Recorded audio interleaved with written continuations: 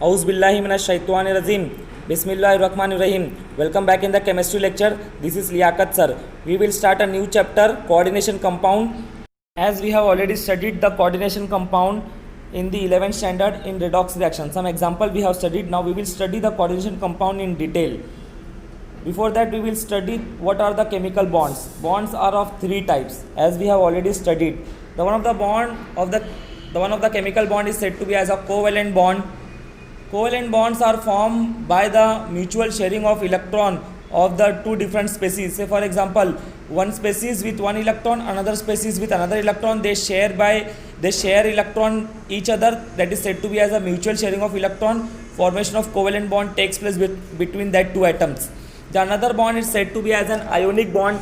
Ionic bonds are formed by the transfer of electron. Ionic bonds are formed by the transfer of electron. One of the electron is transferred from one of the species to the another species, and there is an electrostatic force of interaction between the two atoms has been seen. That is said to be as an Coulombic force of interaction between A and B. So that is said to be as an ionic bond. I repeat again, ionic bond is formed by transfer of electron. Now coordinate bond. The coordinate bond is formed when an atom forms a compound, and after forming compound, the electron is donated to the electron poor species and a new bond is formed. Is said to be as a coordinate bond. That is sharing of electron pair of one of the atom to other atom which is electron deficient.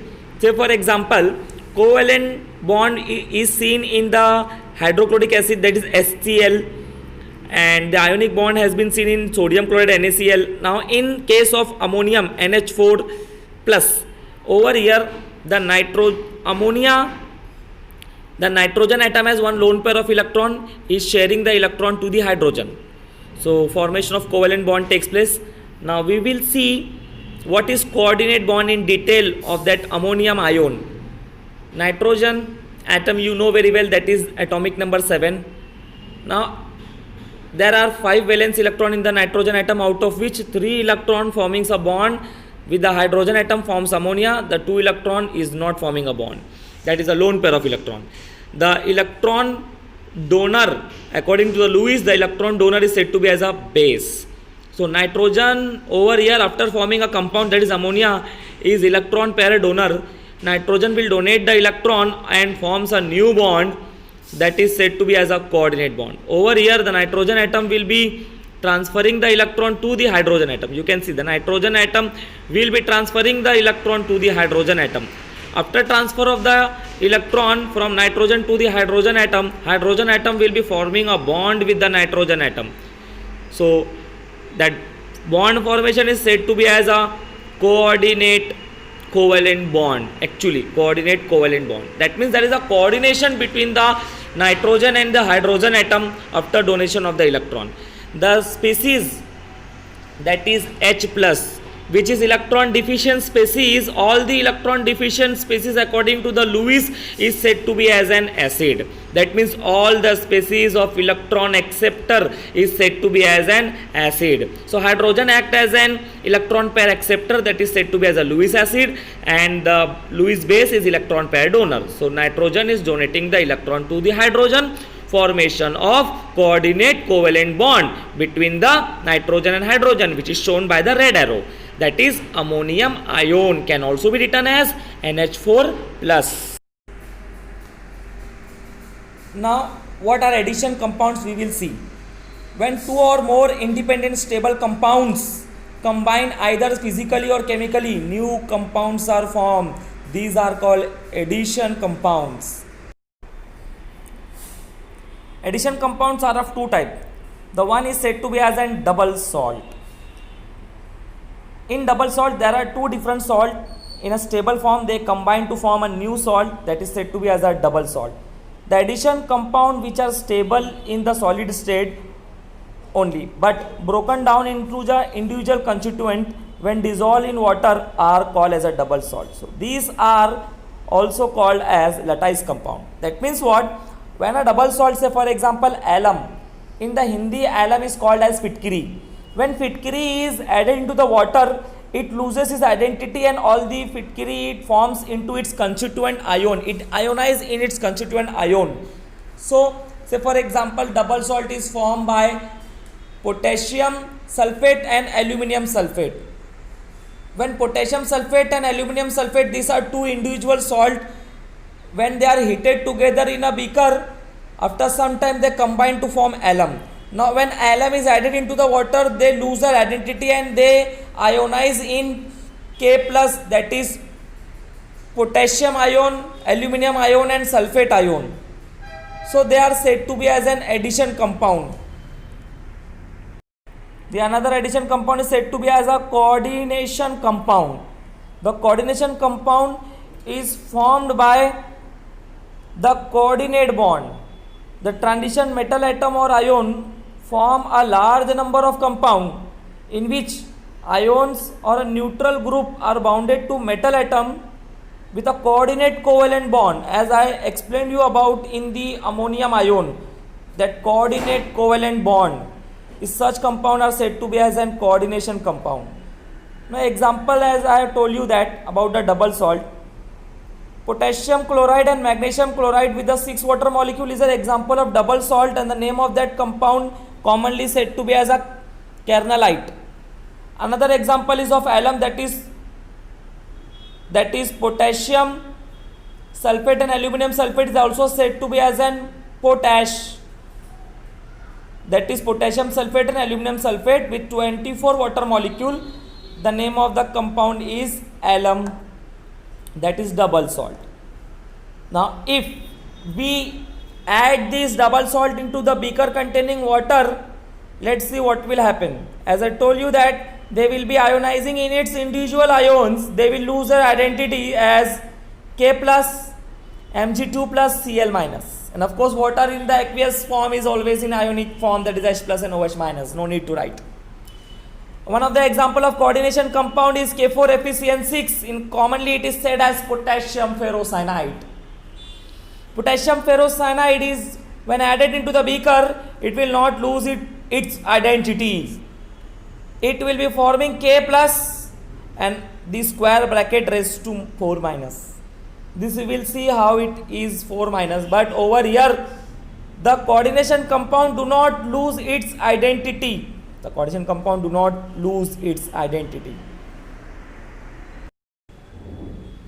That now the double salt, they lose their identity, as I told you, and coordination compound, they retain their identity, that means they do not lose their identity.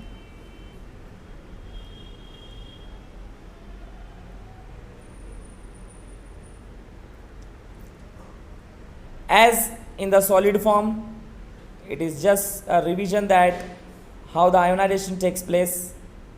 A distinguish between double salt and coordination compound, you can note down that in the double salt they ionize in its constituent ion and lose their identity, and the coordination compound do not ionize completely.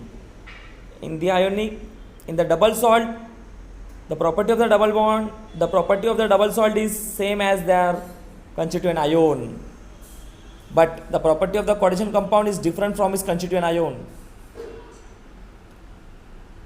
The double salts are having ionic bond.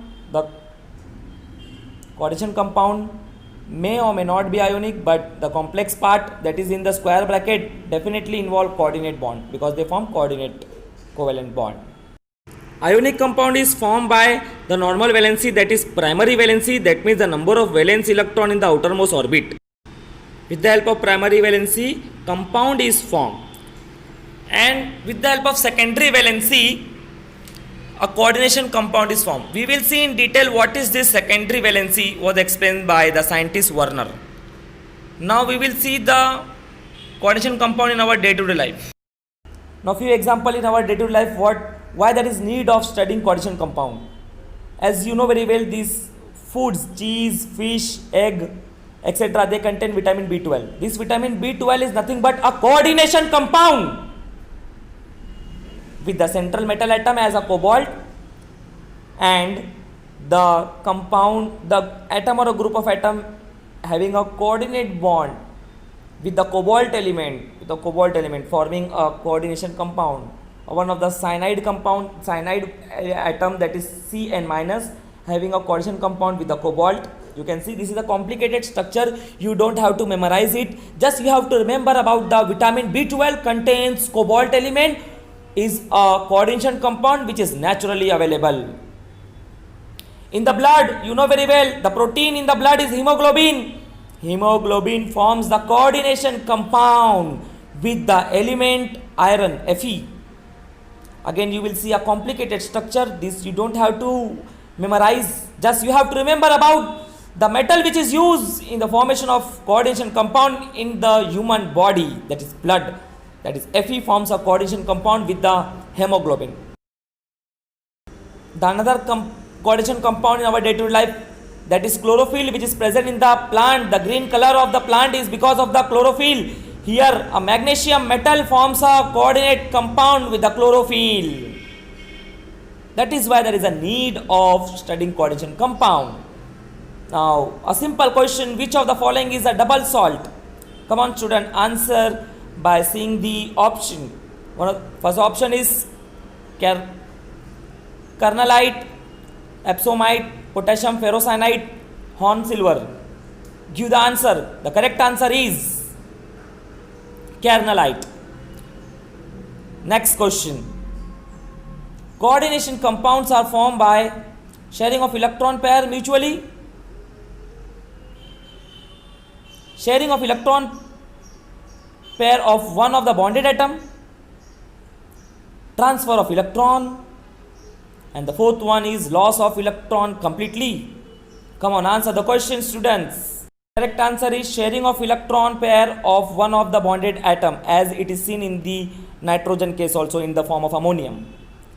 Now the complex studied by the Werner scientists, and next time we will see the Werner theory in detail.